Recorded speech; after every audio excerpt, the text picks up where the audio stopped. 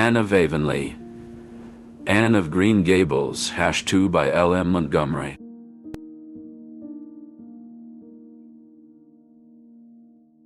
A strong will. Anne stood her ground, her red hair vivid against Avonlea's lush greenery. "I won't apologize for my dreams, Mr. Harrison. And I won't let your cabbages dictate my cow's path," she declared, undaunted by his imposing figure. Mr. Harrison, a gruff man with a no-nonsense demeanor, couldn't suppress a chuckle. "Well, Miss Anne, a cow with a mind of its own is certainly a first, I'll give you that." Their initial clash, instead of breeding ill will, sparked an unlikely friendship. Over a shared cake, a peace offering from Anne, they discovered common ground. "I rarely indulge in such treats," Mr. Harrison confessed, his voice softer than usual. As the days turned into weeks, Anne's visits to Mr. Harrison's place became a regular occurrence. Even his parrot, Ginger, with its vibrant green gold plumage and sarcastic squawks of red-headed Snippet, couldn't deter her. "Don't mind Ginger," Mr. Harrison would say with a wave of his hand. "He's an old bird set in his ways, much like myself." In the classroom, Anne faced another test of her resolve. She was determined to discipline her students without resorting to physical punishment. "It's about nurturing their goodness, Mr. Harrison," she explained, her eyes shining with conviction. "Every child has a spark of goodness that can be kindled with patience and understanding." Even the stern Mr. Harrison found himself agreeing with her innovative approach. As the school days went by, Anne's unwavering determination remained steadfast. She viewed each student's mistake not as a failure, but as an opportunity for growth, both for the child and herself. "It's not about wielding authority, Mr. Harrison," she would say, "but about guiding these young minds to see the world as it could be, not just as it is." Anne's methods faced initial resistance, but gradually the children responded. They no longer dreaded the sting of the rod, but sought the warmth of Anne's praise and the satisfaction of a job well done. Even Anthony Pye, a student with a reputation for defiance, began to change. Behind his wall of hostility lay a keen intelligence and a mischievous sense of humor, and Anne was determined to reach him. Anthony Pye's family was known for their contrariness and unpredictability, which likely influenced his initial attitude. But Anne's patience and kindness slowly won him over, revealing a side of him few had seen. Anne's strong will extended beyond the classroom. She threw herself into her work with the Improvement Society, campaigning alongside Diana for the new hall. "We can make Avonlea better, step by step," she would say, her enthusiasm infectious. The residents of Avonlea had mixed reactions to Anne's endeavors. While some, like Gilbert Blythe and Diana Barry, embraced her ideas enthusiastically, others, like Mrs. Rachel Lynde, approached them with caution. Mrs. Lynde, ever pragmatic, warned Anne, "Change takes time, and people don't always welcome it. Don't be discouraged by slow progress or naysayers, child. Your dreams are worth the effort." Marilla watched Anne's activities with a blend of pride and apprehension. She often reminded Anne, "Remember, change takes time. Don't be discouraged by setbacks or those who resist. Your dreams are worth a struggle." And so Anne's spirit, like the spring itself, was irrepressible. She continued her visits to Mr. Harrison, each time leaving a little more inspired by their conversations. The bond between them grew stronger, and even Ginger's cantankerous comments became a source of amusement rather than annoyance. In the classroom, Anne's belief in the power of encouragement over punishment began to bear fruit. The children, once unruly, now engaged in their lessons with eagerness and respect. Anthony Pye, the boy who had once seemed unreachable, now approached his studies with a newfound zeal, his cleverness and wit shining through. The Improvement Society, too, began to see progress. The new hall, once just a dream, was slowly becoming a reality, thanks to the tireless efforts of Anne and her allies. The community's initial skepticism gave way to curiosity, and, in some cases, active participation.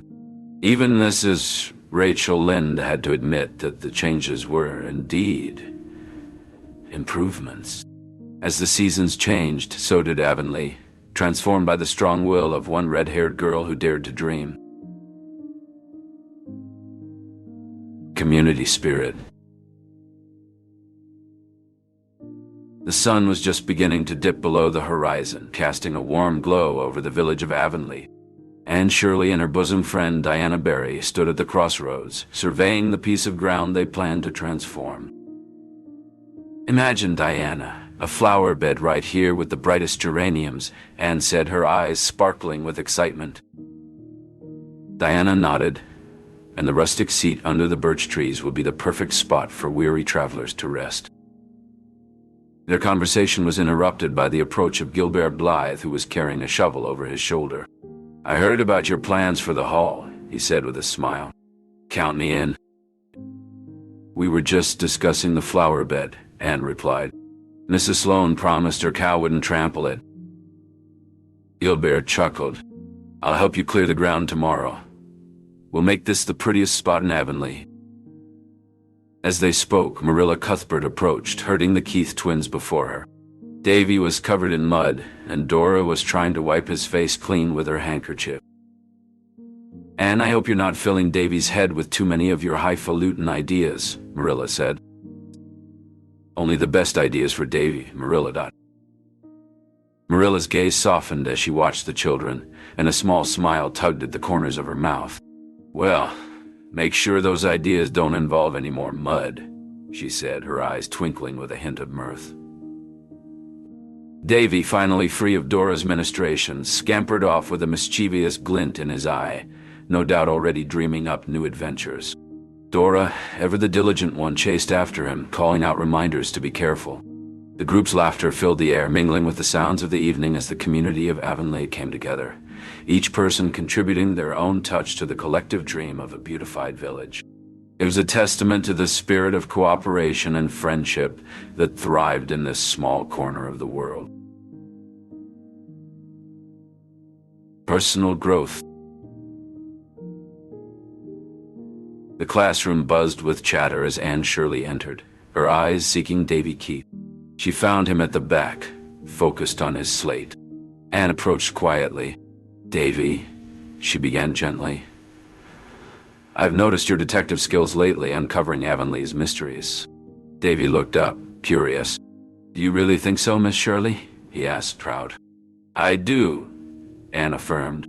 "With your eye for truth. Remember honesty's value.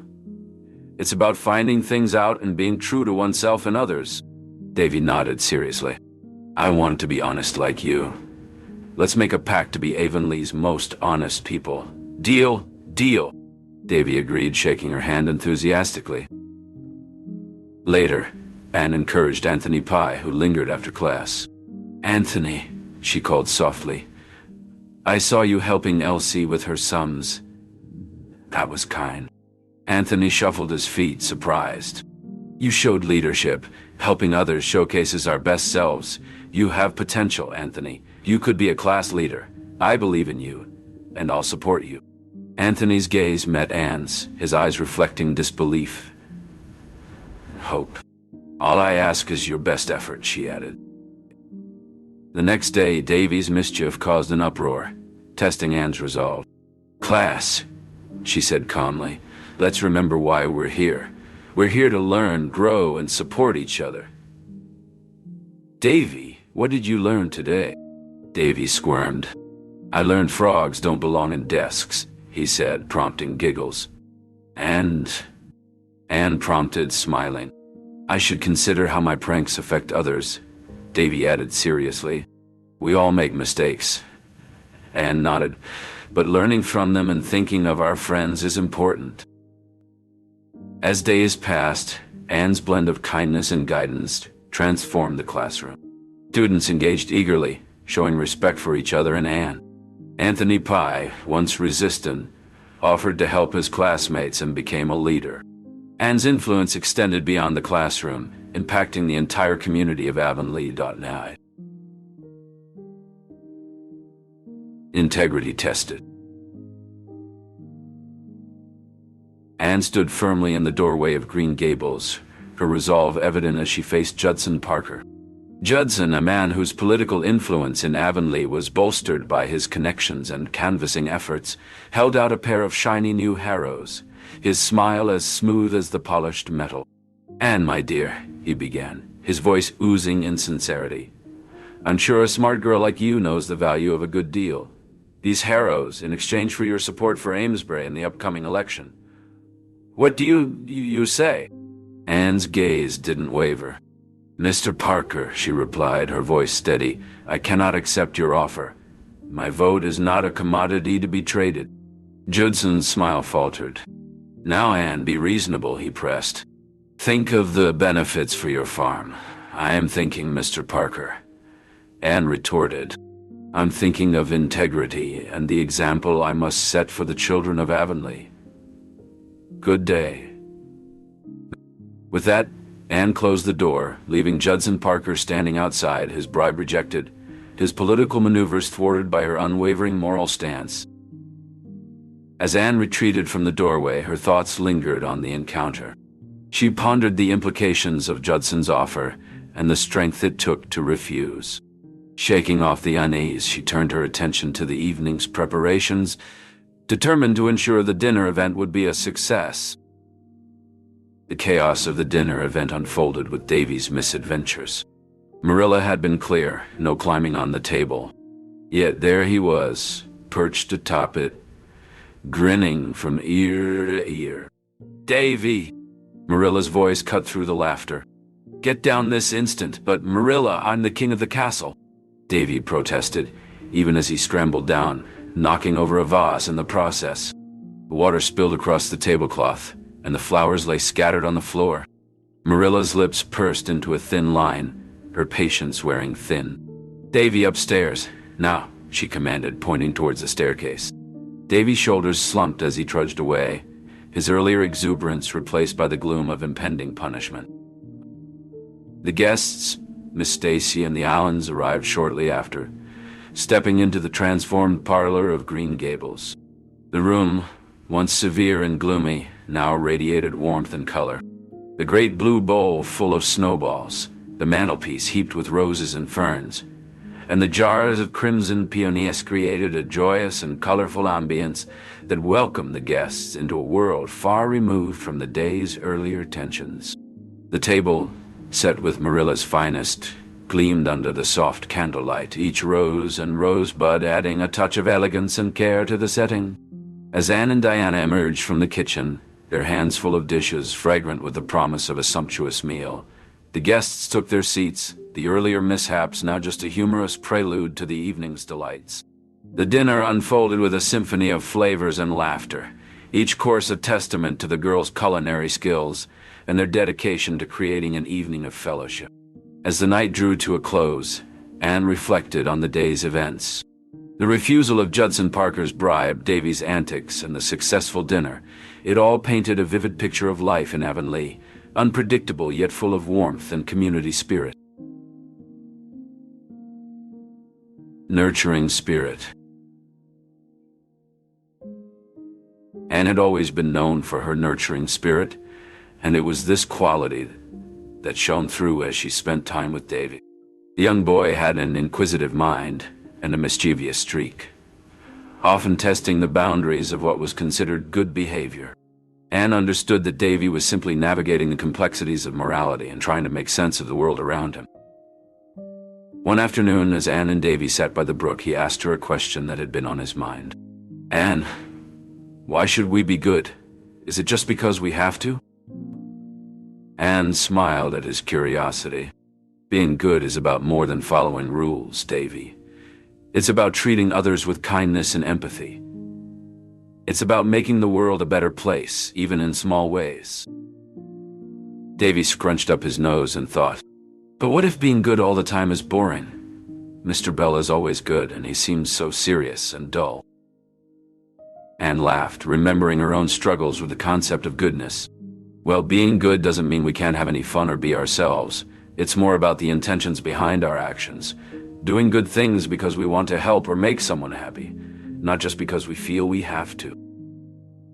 Davy seemed to consider this, and a thoughtful expression crossed his face. "So it's like Being good is a choice we make, and it can lead to better things? Exactly, Anne replied warmly. And sometimes it can be as simple as saying a little prayer and being grateful for the good things in our lives. Davy's eyes widened. A prayer? But I don't know any prayers. Anne took his hand gently. I can teach you one, Davy.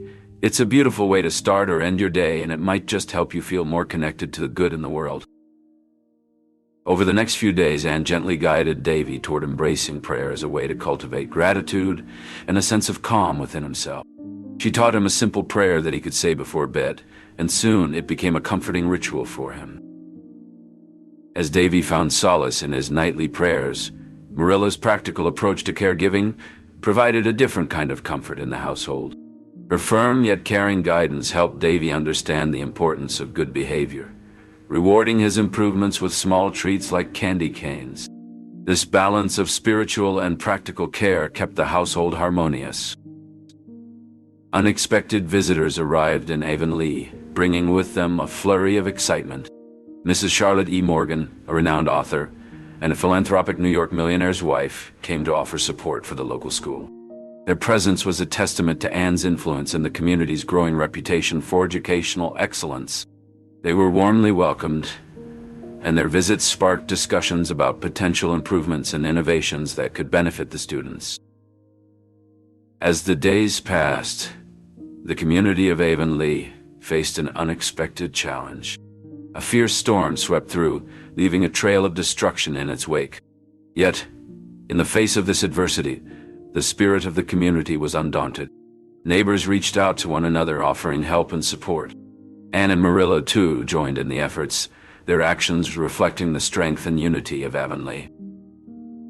The storm's aftermath brought a renewed sense of togetherness. As Anne assisted in the recovery, she witnessed the transformation of relationships within the community. Strangers became friends, and the shared experience of overcoming hardship forged new bonds. Reflecting on the events, Anne felt a profound appreciation for the journey she had undertaken since her arrival in Avonlea. The lessons of resilience, empathy, and community would remain with her as she embarked on her college adventure. With a heart full of gratitude and hope, Anne looked forward to the future, ready to embrace the new experiences and challenges that awaited her. Resilience in adversity. The air crackled with anticipation as storm clouds gathered over Avonlea one fateful day. Mr. Harmon Andrews, ever vigilant, noticed the menacing cloud and sprang into action. Clattering up the hill in his truck wagon, he called out to Anne and the children, his voice carrying a sense of urgency. "There's a bad storm coming. If you have a distance to go, seek shelter at the post office," he shouted, his eyes fixed on the darkening sky. Anne's heart raced as she gathered the children, including Davy and Dora, urging them to hurry towards safety. The sky rumbled with thunder, and the first drops of rain began to fall, signaling the approaching tempest. As they rushed inside, Marilla, usually composed, was shaken. She hustled her ducks and chickens under shelter, her eyes reflecting the concern that gripped her. "We must protect them from the storm," she exclaimed, her voice firm. Anne, though usually optimistic, felt a chill run down her spine as the storm's intensity grew. She drew Davy close, his eyes wide with wonder. "It's all right, Davy. We're safe here with Marilla," she reassured him, her voice steady despite her own nerves. The storm unleashed its fury, with thunder and lightning assaulting the small community. The hailstones battered the windows, causing everyone to flinch with each impact. Marilla knelt, her prayers mingling with the storm's roar. Anne, with Davy and Dora huddled beside her, looked out at the fury of nature, her thoughts with the community she loved. The tempest raged, but within the post office there was a warm sense of security and togetherness. As the storm passed, leaving a trail of debris, the people of Avonlea emerged from their shelters. They shared no words about the ordeal. Their bond was beyond words. Together they began the work of mending fences and clearing the paths, their actions speaking volumes about their shared resolve. Anne, watching the community work as one, felt a profound connection to these people and this place. "We have weathered the storm," she whispered to Marilla, "and now we heal." Marilla, with a soft smile, agreed. "Yes, Anne, we heal and we grow stronger." And with that, Avonlea, in its quiet, steadfast way, began to rebuild, its spirit unbroken. A joyful reunion. The sun was just beginning to dip below the horizon, casting a warm, golden glow over Avonlea. Echo Lodge was abuzz with excitement, the air filled with the sweet scent of lilacs and the sound of laughter. Anne Shirley, eyes alight with mischief, was darting about, making sure every last detail was perfect for the long-awaited reunion. "Anne, do you think everything will go as planned?" Diana Barry asked, her voice tinged with the same anticipation that filled the lodge. Anne stopped to place a reassuring hand on her friend's shoulder. "With all of us together, how could it not?" she replied with a confident smile. Inside, Miss Lavender Lewis was a picture of poise, her joy evident as she made final adjustments to her attire. Charlotta IV, ever the helpful companion, was at her side, offering words of comfort. Miss Lavender's heart skipped a beat at the thought of the upcoming reunion. Charlotta gave her a knowing look. "Love you, Miss Lavender, some things never fade with time." The sound of carriage wheels crunching on gravel echoed through the evening air, and all eyes turned towards the road. Stephen Irving stepped out, his eyes searching until they found Miss Lavender. Their gazes locked, and for a moment the world around them seemed to stand still. "Miss Lavender," Stephen began, his voice carrying a tremor of emotion, "I've come back to Avonlea to you because my heart never left this place." Tears glistened in Miss Lavender's eyes as she stepped forward. "Stephen, I've waited for this day, feared it might never come, but hoped with all my heart it would." The two embraced, a testament to love's enduring patience. The onlookers, Anne and Diana among them, shared smiles and quiet tears, witnessing the power of a love that had weathered time's relentless march. The wedding was a simple affair, filled with the laughter of friends and the warmth of shared memories. Anne watched as Miss Lavender and Stephen exchanged vows, a gentle reminder of the beauty found in second chances. As the newlyweds walked down the aisle, the brass dinner bell rang out, its sound mingling with the cheers of the Avonlea community. Later, as the sun set completely and the stars began to twinkle above, Anne found herself beside Gilbert Blythe. They exchanged a look of understanding, a silent acknowledgement of the day's joy and the promise of tomorrow. Self-discovery. As the celebration of Miss Lavender's wedding came to a close, Anne stood in contemplative silence.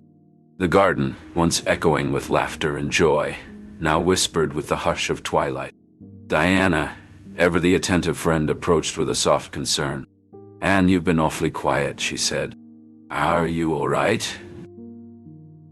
Anne offered a gentle smile, her thoughts drifting like the clouds above. "I was just reflecting on everything, on Miss Lavender, on the nature of change, and on Gilbert." Diana's expression softened with understanding. "Gilbert? What about him?" Anne sighed, her voice a tender murmur. "I've always been so sure of my path, my dreams, my ambitions, my fierce independence. Yet today, as I witnessed Miss Lavender's joy, a realization dawned upon me. Maybe I've been so focused on my own ambitions that I overlooked the joy of companionship." Diana squeezed Anne's hand reassuringly. "You're considering a future with Gilbert?"